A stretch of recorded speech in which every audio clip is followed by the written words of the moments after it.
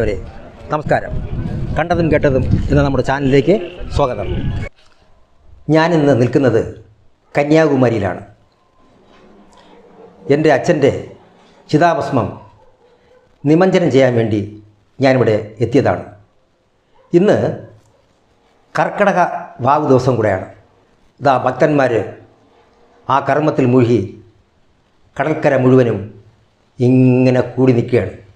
ബംഗാൾ ഉൾക്കടലും അറബിക്കടലും ഹിന്ദു മഹാസമുദ്രവും ഒത്തുകൂടുന്ന സന്ധിക്കുന്ന ഒരിടമാണ് കന്യാകുമാരി. ഈ കന്യാകുമാരിയിലാണ് പരശുരാമൻ കന്യാകുമാരി ദേവിയെ ബാലാംബിക എന്ന പേരിൽ സ്ഥാപിച്ചത്. ശ്രീ പരശുരാമൻ വേറെയും 3 ക്ഷേത്രങ്ങൾ സ്ഥാപിച്ചിട്ടുണ്ട്. ഒന്ന് പാലക്കാട് ജില്ലയിലെ കല്ലേക്കുളങ്ങര എന്ന സ്ഥലത്തുള്ള ഹേമാംബിക ക്ഷേത്രമാണ്. അടുത്തത് കൊടുങ്ങല്ലൂരിലുള്ള ലോകാംബിക ക്ഷേത്രമാണ്. അടുത്തത് കൊല്ലൂരിലുള്ള മൂകാംബിക ക്ഷേത്രമാണ്.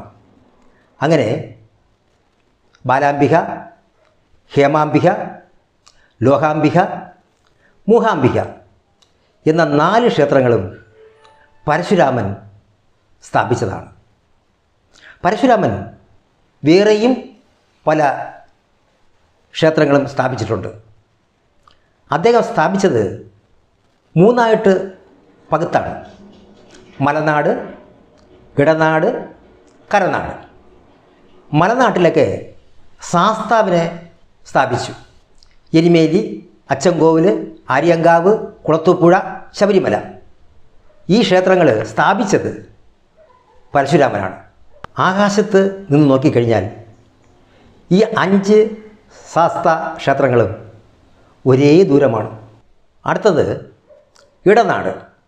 കൃഷ്ണൻ, വിഷ്ണു എന്നീ ദേവതകളെ സ്ഥാപിച്ചത് ഇടനാട്ടിലാണ്. കരനാട് എന്ന് പറഞ്ഞാൽ കടൽക്കരവാരം. കടൽക്കരവാരമാണ് ഭദ്രകാളിയെ സ്ഥാപിച്ചത്.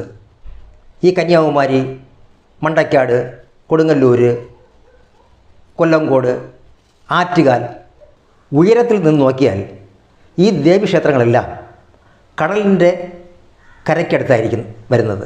കാരണം ഭദ്രകാളി ചൂടാണ്, കടലും ചൂടാണ്. അതുകൊണ്ടാണ് ഇങ്ങനെ കടൽവാരമാണ് ദേവീക്ഷേത്രങ്ങളുള്ളത്. അതിന് ശക്തിയും കൂടുതലാണ്. നമ്മളിപ്പോൾ നിൽക്കുന്ന ഈ കന്യാകുമാരി ബാലാംബിക കുടികൊള്ളുന്ന ഈ മണ്ണിൽ ഒരുപാട് സിദ്ധന്മാർ വന്ന് തപസ് ചെയ്ത് അവരുടെ യോഗനില അടഞ്ഞിട്ടുണ്ട്.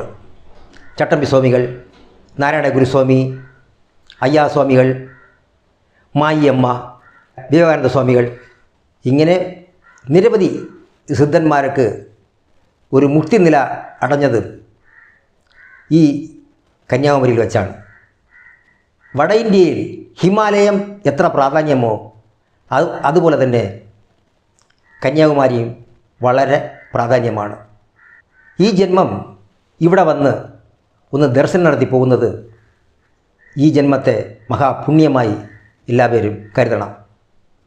ആര് പറയുന്നു, എങ്ങനെ പറയുന്നു എന്ന് നോക്കാതെ എന്തു പറയുന്നു എന്നുള്ളതിന് പ്രാധാന്യം കൊടുക്കുക. നന്ദി, നമസ്കാരം.